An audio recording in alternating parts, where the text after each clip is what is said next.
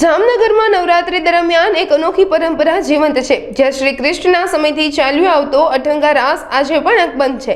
જામનગરના new jail road ગરબી ચોકમાં આવેલા જય શ્રી આશાપુરા ગરબી મંડળ દ્વારા અંદાજે 86 વર્ષથી આ નવરાત્રી મહોત્સવનું આયોજન કરવામાં આવે છે। તેમજ અહીં બાળાઓના ટીપણી રાસ, તલવાર રાસ અને ભાઈઓના અઠંગા રાસ ખાસ આકર્ષણનું કેન્દ્ર છે। અઠંગા રાસ 16 પુરુષો થાંભલા ઉપર દોરડું બાંધી દુહા છંદ સાથે રાસ રમે છે। માનવામાં આવે છે કે આ રાસ ભગવાન શ્રી કૃષ્ણ ગોવાળીઓ સાથે જે રાસ રમતા હતા તેની સાથે જોડાયેલો છે। આ ઉપરાંત 1975 થી માત્ર નાની દીકરીઓ દ્વારા રમાતો તલવાર રાસ પણ અહીં ખૂબ જ પ્રખ્યાત છે, જે આજે પણ અકબંધ છે। આ રાસને નિહાળવા માટે મોટી સંખ્યામાં લોકો ઉમટી પડે છે। મારું નામ પૃથ્વીરાજસિંહ નટવરસિંહ રાઠોડ।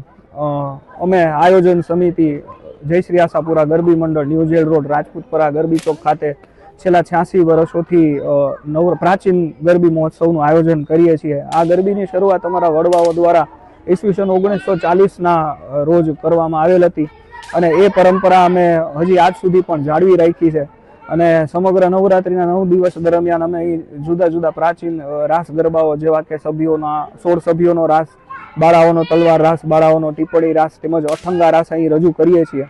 અઠંગા રાસની વિશેષતા એ છે કે એની અંદર 16 સભ્યો એક સાથે દોરડાઓ વડે રાસ, દુઆ અને છમની રમઝટ સાથે અહીં રજૂ કરે છે, જે સમગ્ર જામનગર તેમજ ગુજરાતની અંદર એક આગવી ઓળખ ધરાવે છે અને બહુ જૂજ જગ્યાએ આ વસ્તુ તમને જોવા મળશે।